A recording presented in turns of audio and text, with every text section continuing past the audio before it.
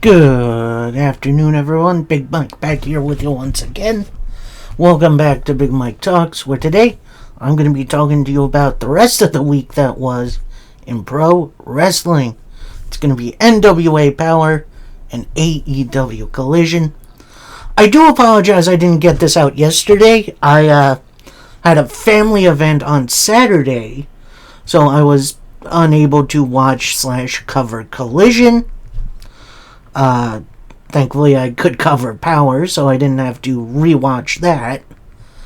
So I actually watched Collision on demand on Monday, which, I think I looked out, especially what happened in the WWE. Not going to talk about that. But, definitely some interesting things going down in both places. We're going to get to that, but first, we're going to start with NWA Power. We start off with a very interesting matchup of Wrecking Ball Legursky taking on Carson Drake. And at first this was a Wrecking Ball Legursky squash match. Like, he dominated poor Carson Drake. One point we did see Carson Drake roll to the outside, have a little talk with Aaron Stevens. He gets back in.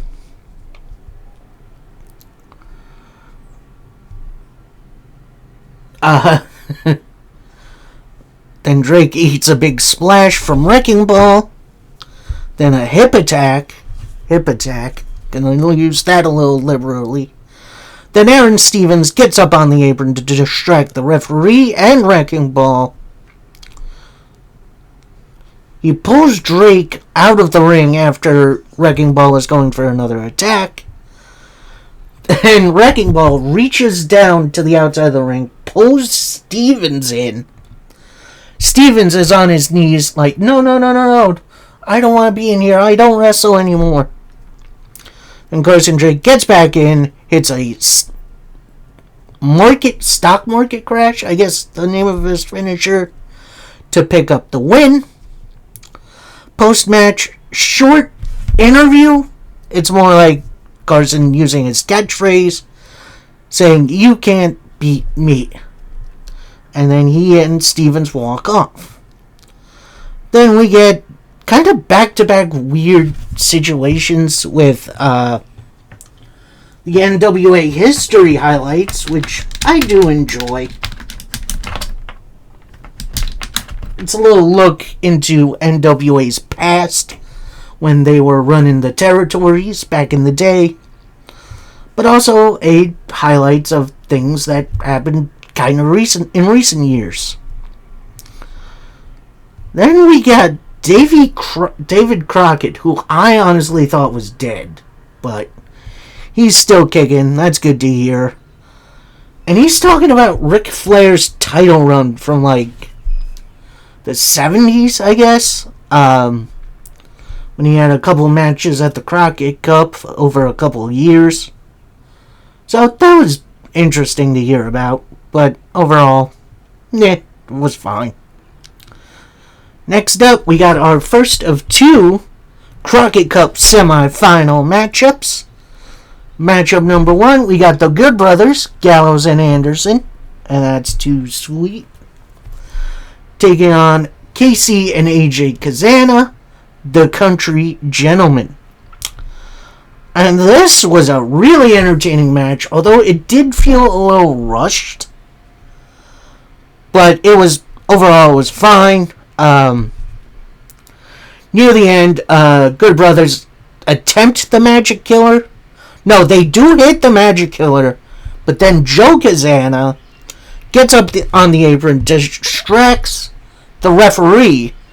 Then AJ takes Joe Kazana's book, rolls in the ring, hits Carl Anderson with it, Casey with the roll-up, and the win for the Country Gentlemen. So they're moving on to the finals, which I honestly did not see that coming. I do wish this was given a bit more time, because I really enjoy these two tag teams. But I'm kind of okay with the Good Brothers putting the Country Gentlemen over. Plus, now you got an easy out for a rivalry for the Country Gentlemen and the Good Brothers. Then we got to another NWA history highlight video, which, okay, didn't we just do this? Anyway, next up, we got our second and last Crockett Cup semifinal match. We got the Titans of Calamity, that is Talos and Ren Ayabe, I think his name is, taking on Slade and Mike Mondo of the Wrestling Machines. Unless this was a really good matchup, definitely a bit more of a hoss fight than the last one.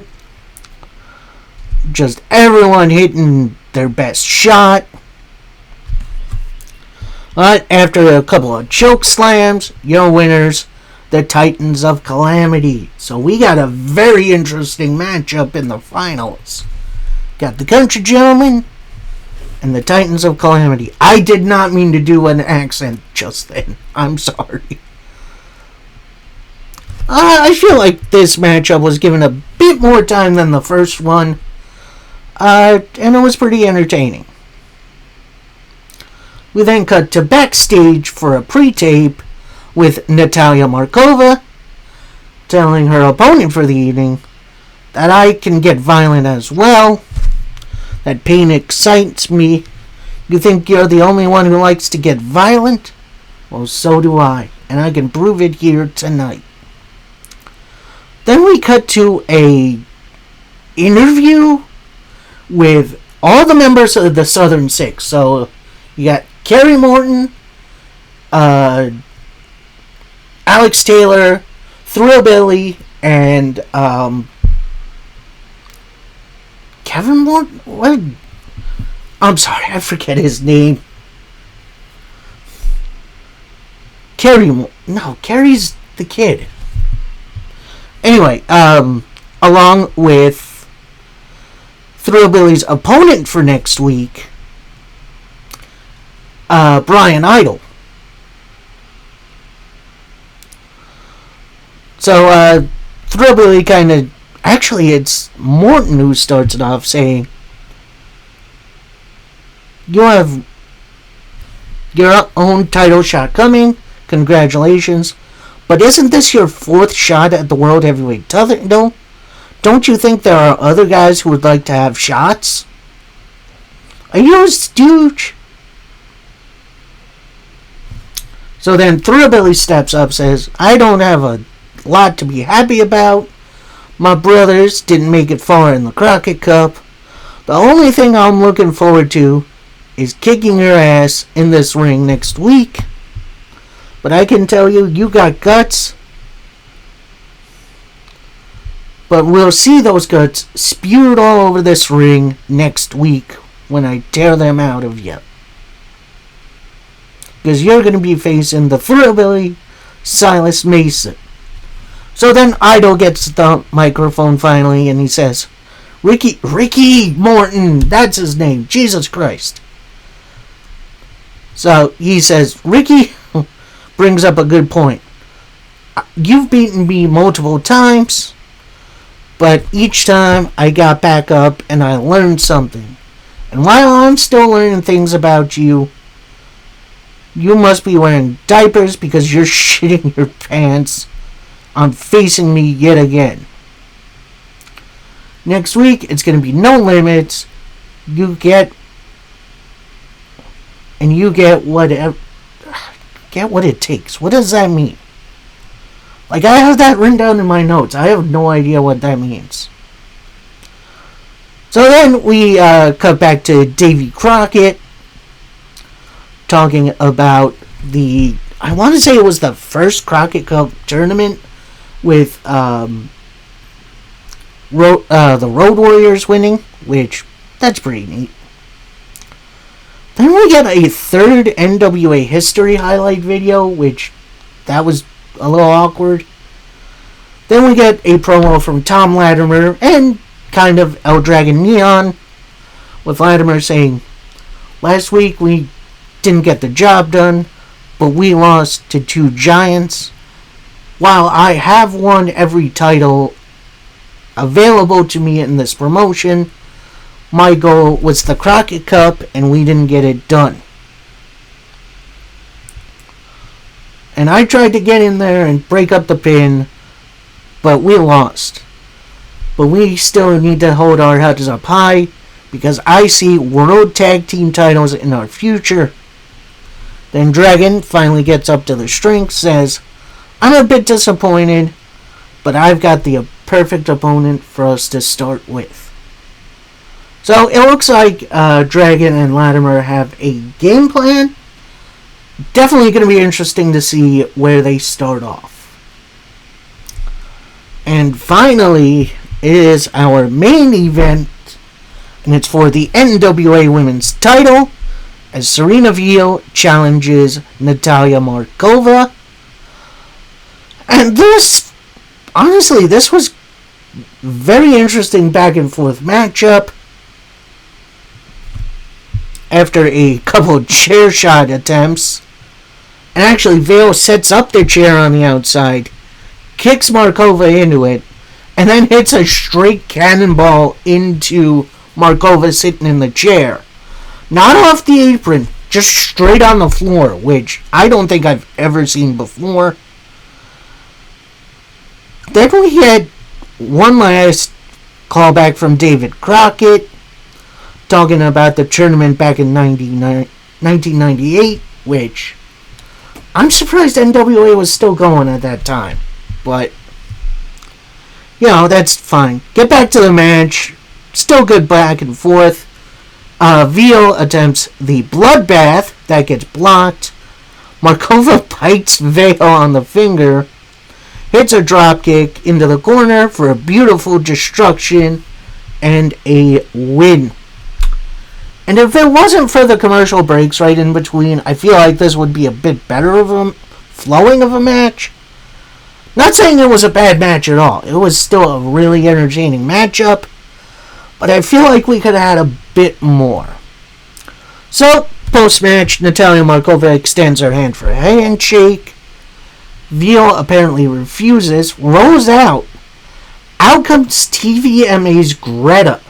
If you don't know who she is the monster that Tiffany Nieves employs as a bodyguard. She gets in, they face off for a second, then Greta goozles Markova, hits a chokeslam on her, then points to the stage. Out comes Tiffany Nieves, and she cashes in the flower bouquet she won in the Battle Royal last week, which I gotta tell you, if you're gonna have a cash-in gimmick, at least make it one that makes sense, because this flower bouquet thing is just so weird. Anyway, after the cash-in, Nieves gets in the ring, bell rings, Markova's still down. Nieves puts her foot right on top of Markova for the 1, 2, 3, and your winner, and the new Women's World Champion, NWA Women's Champion, Tiffany Nieves. And this episode ends with TVMA celebrating in the ring.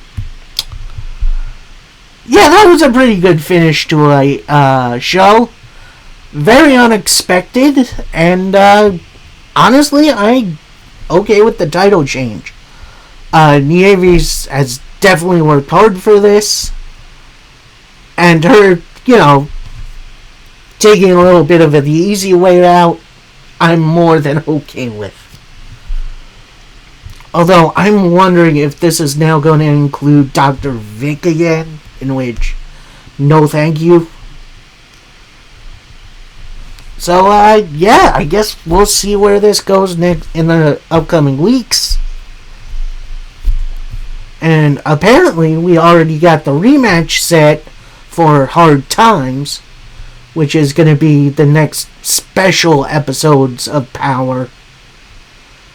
which I think are taping this weekend, if I remember correctly. So that should be a fun one. And we finish up with AEW Collision, which I'll admit I watched yesterday. It's pretty darn good. Start the show with a card rundown, which you rarely see that on AEW television, but that's definitely interesting. Then we cut to the Death Riders.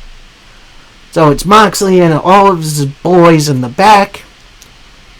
And, Moxley takes center stage first, says, Kyle, every time I step in that ring with you, I can't win. Kyle has tapped me out twice now, and by all means, Kyle is going to be the new national champion. You might think. I'm not the same Mox I was when I fought you last. Logic and strategy dictate I should stay away from you. You do have my number. But this title is good bait because dragons come right to me. I'm gonna find a way. So then Mox walks up. Claudio walks forward and says, Brody, you always bring the bark.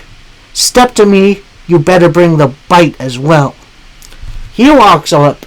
Pac then walks up and says, nobody gets special treatment. It's the Death Riders versus the world. Then you kind of hear the Yuta and Garcia repeating, yeah, Death Riders versus the world. So all three of them walk off. Marina Shafir is about to walk off. She turns, looks at the camera, and says, come get us, bitches. And then walks off. So, definitely got an interesting start to the show. Got some very focused members of the Death Riders. So our first matchup of the evening, it's an AEW Trios title eliminator match.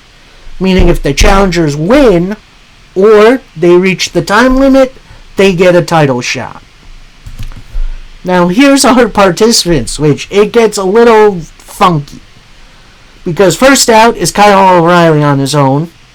No Cassidy. Then Cassidy on his own, with his own theme music, not as a group. Then instead of Roderick Strong, it's Mark Briscoe, who just returned to action. This is his first match back from injury, which, okay, interesting. Here's my issue with this. Unless the conglomeration is freebirding the trios titles, meaning any combination can defend them, why isn't Roderick Strong in this match? Shouldn't it be champions versus potential challengers? So Mark Briscoe shouldn't be here. Anyway, that's just my my assessment for that. Their opponents, former Ring of Honor 6-man tag team champions, along with the current Pure champion. It's Big Shotty Lee... No, not Big Shotty Lee Johnson. He's later. Carly Bravo, Lee Moriarty, and... God, who's the other guy?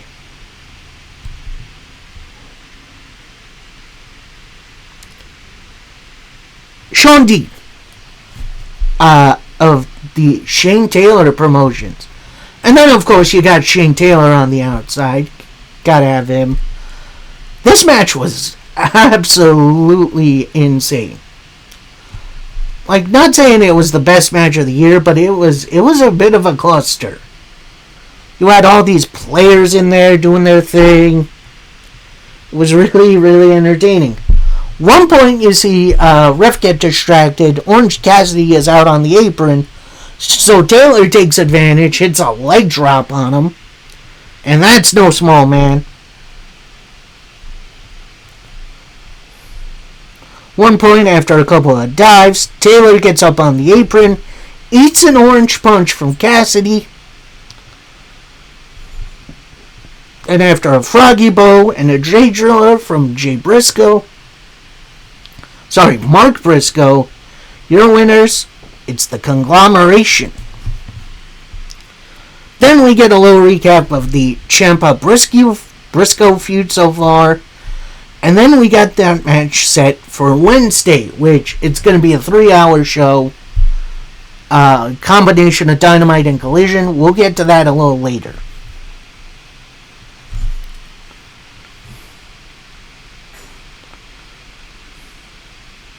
Then we also see Kyle O'Reilly versus Moxley set as an Eliminator match. Then we get a little Double or Nothing card rundown. After that, we get a Will Ospreay promo saying, Joe, sorry for not getting back to you. I've been 6 months sitting out. And 6 months of distraction. And when I came back, I lost the first match I was booked in. I'm annoyed. I'm upset. I can't be the guy AEW can put trust in. And nothing I can say anyone would understand. Mox is the ace. People stand against him and get elevated. Joe, I got respect for you. You are one of my favorite matches of all time. And no one is stopping me from winning the Owen Hart tournament.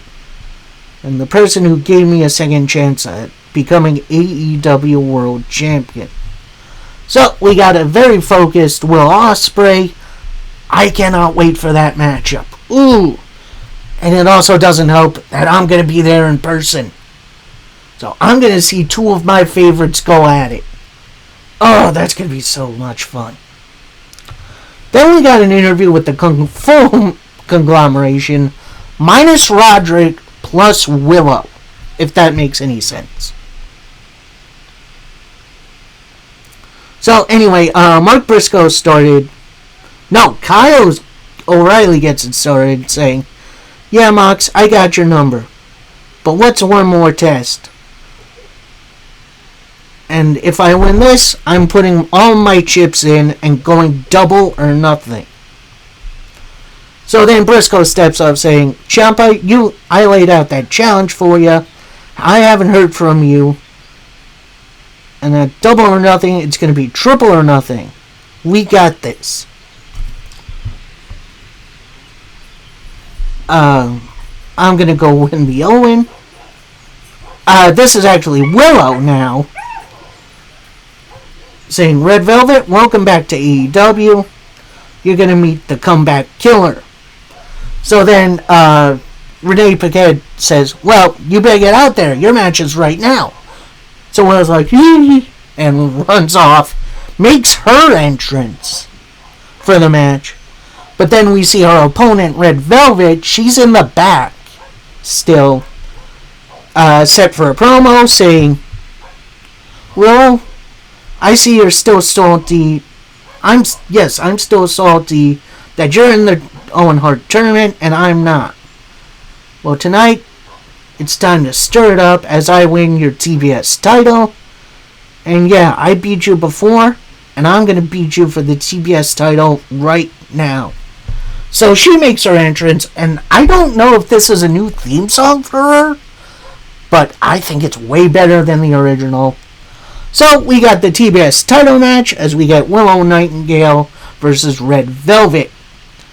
And I'll admit, this started off a little slower than I thought it was going to be, but it eventually picked up, especially with Red Velvet's energy.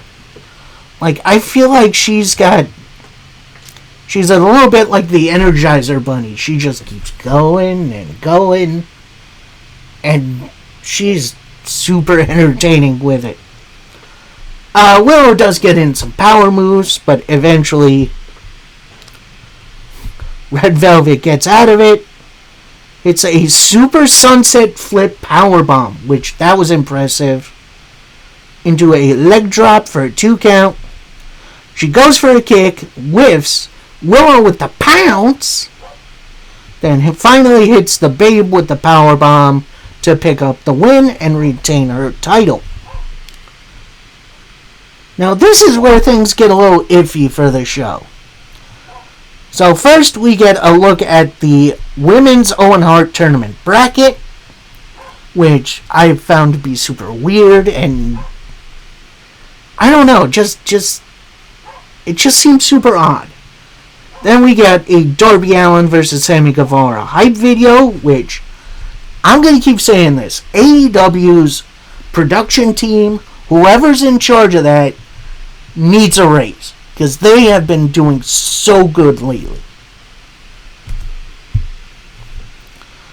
Then we go to a Sammy Guevara promo saying, Darby, I don't need to call my shot tonight.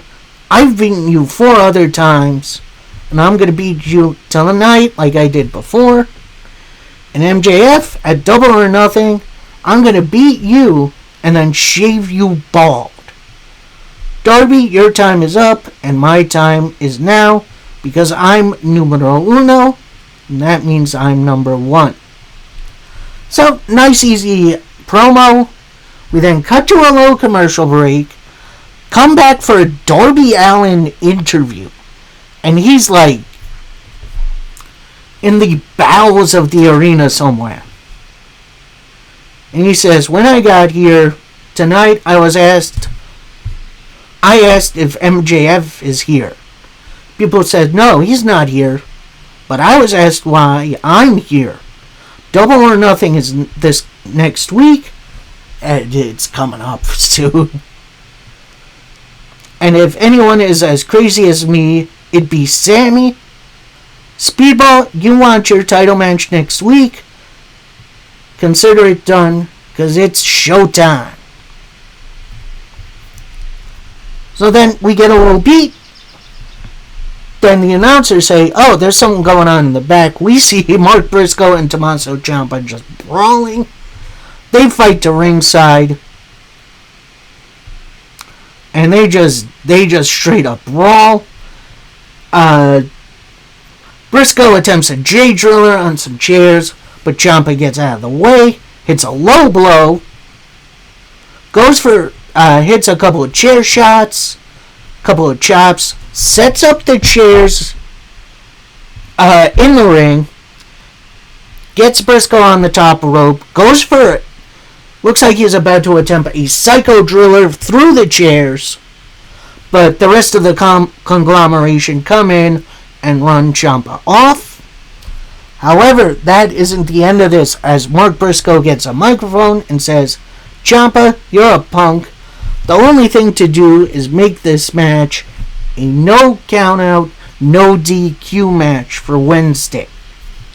So, nice easy promo, and a segment that I felt like was a bit more real than a few others. Like, I could feel the hostility between these two. Then we just get a graphic that Swerve is going to return on Dynamite this week, which, okay, I would have liked to see a promo or something from him. Then we get another look at the Men's Owen Hart Tournament bracket, which, I mean, I get it, you gotta hype it up a little bit, but dang, give us something else. Anyway, this next match is a tag team match, playa, as we got the Lethal Twist. So it's Jay Lethal and Lee Johnson, Big Shotty Lee Johnson, taking on the Ops of Samoa Joe and Anthony Davis. No, that's not his name.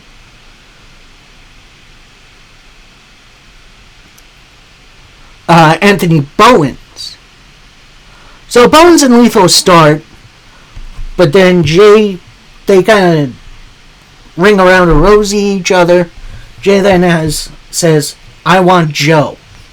So Joe tags in, and he just straight up gets destroyed. Both Bowens and Lee tag in, and they honestly, it started out a little awkward between the two. Eventually, they did get into it, especially after a Bowens Fameasser and a swinging flatliner, which I don't think I've ever seen before. only gets a 2 count. Lethal then tags in. He attempts the figure 4 leg lock. Bowens then pushes him into the corner, in which Lee Johnson tags back in. After a couple of clotheslines and then an eye poke by Johnson, tags Lethal back in, goes for the lethal injection, that gets blocked. Joe with the coquina on Lethal. Then Bowens comes in with a big old arm breaker on Lee Johnson. Lee Johnson taps. So your winners are the Ops. Honestly, this was a fun little kind of car crash match.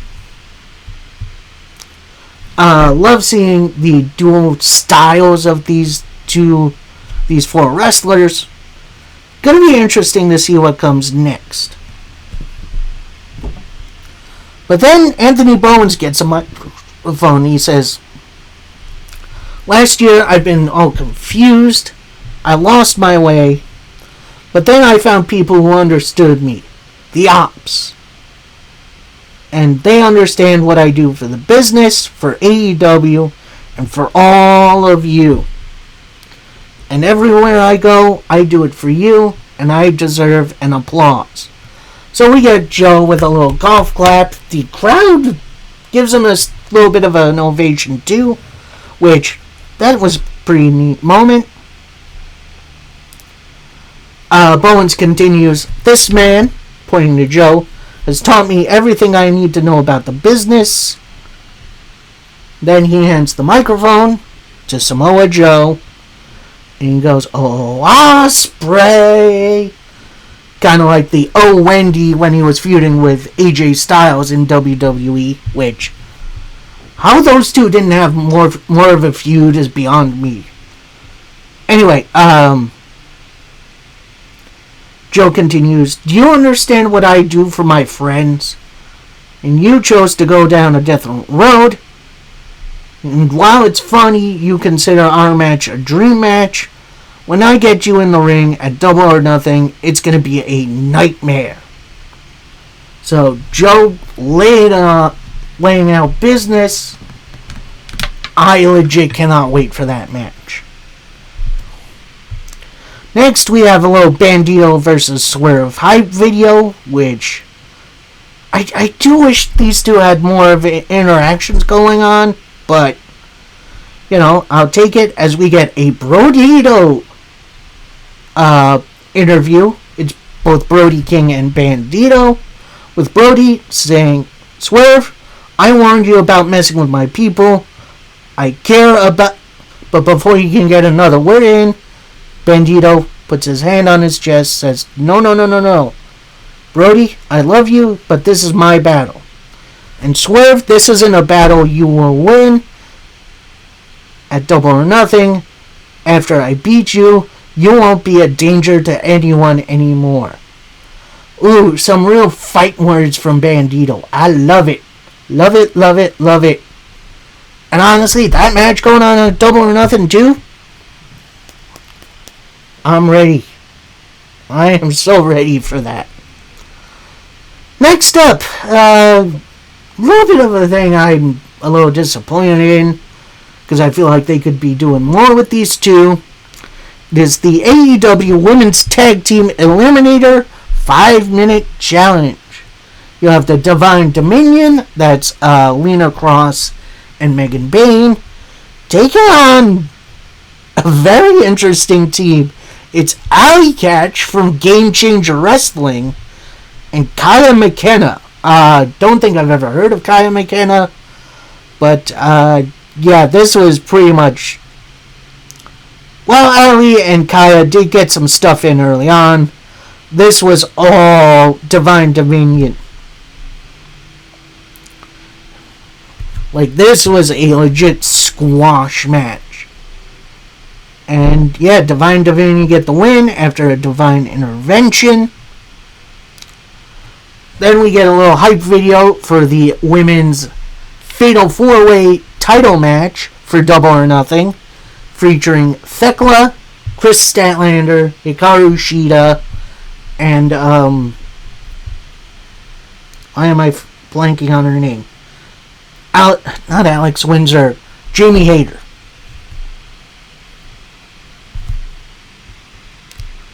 So then we get a little dual interview with Athena and Mina Shirakawa. They've agreed to no contact, with Athena saying, "I've been ROH champion for over 400 days. And while at all you broke my hand. At Death Before Dishonor, I beat you. And while, this is Mina now, while I wish I beat you last night, it is my dream to win the Owen and get the Women's World Championship." Athena, kind of poking fun, says, "Oh, you have a great dream. But it's going to turn into a nightmare when I end you next week and put you down right next to your beloved Toni Storm."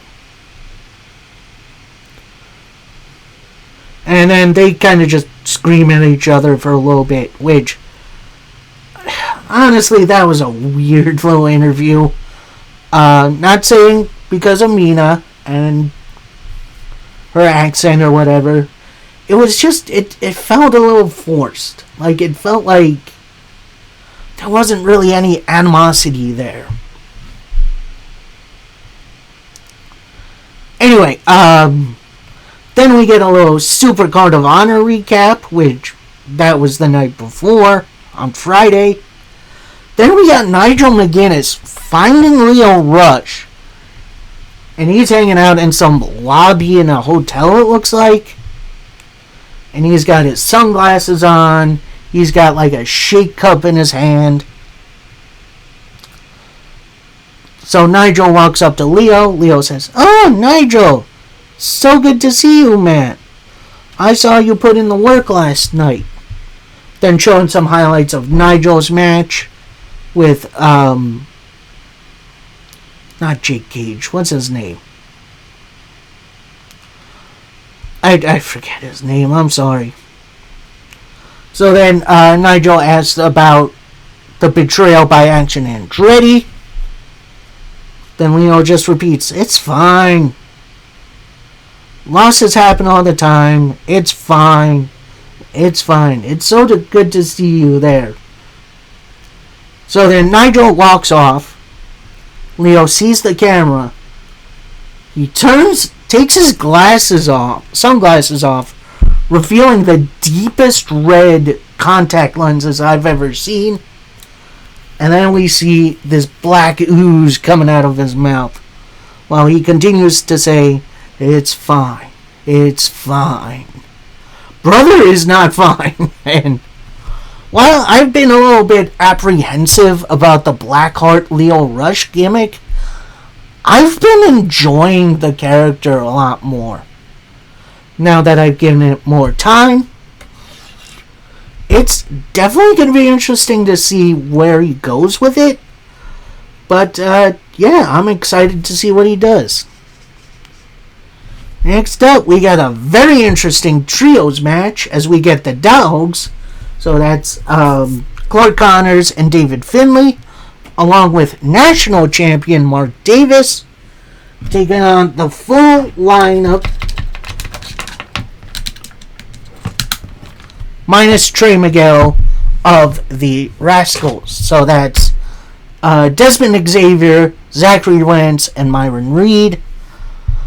And this was a very interesting little matchup, especially when it was any member of the Rascals versus Mark Davis, who is just a powerhouse of a man.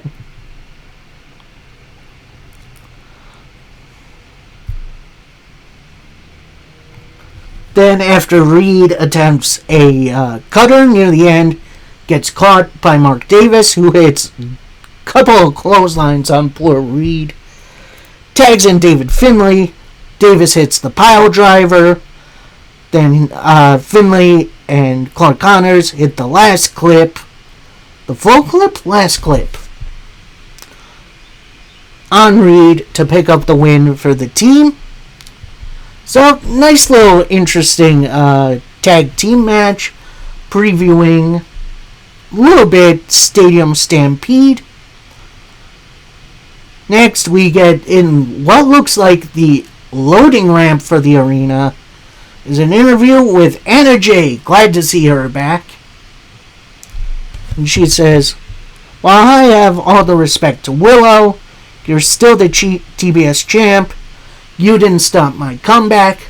I'm still here. And there's still a lot left for us to do.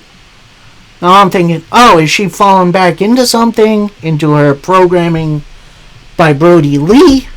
No, instead, Tay Mello runs up. They share an embrace. Then Tay turns to the camera and says, we are back, and there's only one thing left to do. Stay tuned.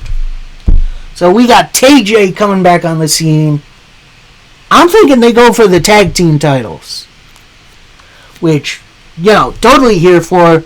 They're kind of AEW's first women's tag team, which I would have been sad to see them break up, but I'm so glad they're back together, and we can get this done. This is going to be a fun matchup. Now, will this happen at Double or Nothing? I guess we'll see what happens this Wednesday. Tomorrow, Jesus Christ. So, definitely a lot to look forward to. And then we get our main event of the evening. We get a no count out match for the AEW World Title as Darby Allin takes on Sammy Guevara. And as Darby is doing his entrance thing, he's kind of at the base of the AEW World Title, which he's laid out in front of him. Sammy goes over, it's a curb stomp onto him into the title right before the bell.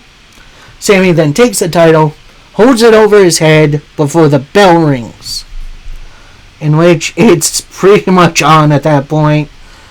Sammy pretty much beating the heck out of Darby, including setting up a ladder and a table on the ramp.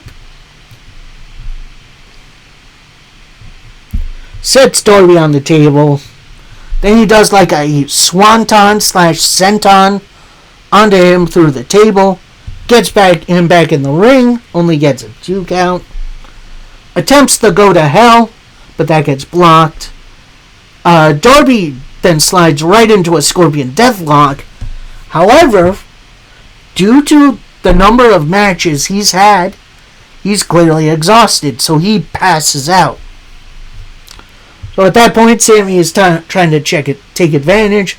Ref keeps him away for a second. Then he goes to check on Darby. Then out of nowhere, Sammy with a big old 450 for a 2. Then he goes back on, gets another 2 count. Darby then attempts a coffin drop, but Sammy gets his knees up. Then some strikes in the corner, double knees in the corner. The 3 Amigos for a 2 count. And Sammy locks Darby in the crossface. Darby eventually fights out of it. Darby then with a dropkick. Sammy rolls out. Darby attempts a dive, but it gets immediately caught into a cutter, although it did look like Darby fell a little bit short and his legs hit the bottom rope. In which, if you have ever felt, ring ropes like this, they are not that bouncy. And that could cause some problems. Anyway, Sammy gets Darby back in. Attempts a crossbody that gets caught by Darby into a sleeper hold, which, alright, didn't know Darby had that in his arsenal. Sammy eventually reaches the ropes.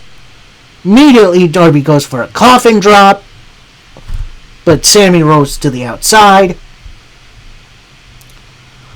Darby tries to follow up, but then he eats a eye poke, and then a drop kick. Sammy attempts a superplex, but Darby blocks it. Sammy then gets back up on the top, hits a Spanish fly on Darby for a 2 count. Darby then fights back a little bit, hits a coffin splash, couple of strikes into a code red for a 2 count. Darby attempts a scorpion death drop, but that gets blocked into an elbow. Sammy then hits 2 go to hells, and then a frog splash for a 2 count. Darby then sets up a table for some reason. Sammy attempts a 450 splash, that misses, gets him through the table. Darby throws him back in, hits a coffin drop to pick up the win. Then we see post-match, Darby, he's holding his head. He's holding all kinds of body parts. He's aching. And, that's Collision. Definitely a very interesting matchup. We'll see what Darby still has, because he has one more match this coming Wednesday against Speedball Mike Bailey, in which, oh yeah, that's going to be a good one. So, overall, very fun, interesting week of wrestling. So, here's the plan going forward for me. So, Thursday, going to do my full predictions for Double or Nothing. Then we get, on Wednesday, a 3-hour episode of Dynamite / Collision. The third hour is going to be a Collision. So no Collision on Saturday, but that also on Thursday, I'm going to go see the new Mandalorian movie. So that means no TNA. So I think on Friday, I'm just going to cover AEW Dynamite / Collision. I may skip on covering NWA Power this week. We'll see how I feel. Then I'm going to be in attendance for Double or Nothing, which, if you see me, don't be afraid to come say hi. And then I'll probably be covering that on Monday. So, a little bit of a scarce coverage for this week. Maybe I'll do a little bit of a makeup in the coming week. But, overall, that's my plan for this week. Hopefully you stay tuned for that. Till next time, happy wrestling, everybody. Peace.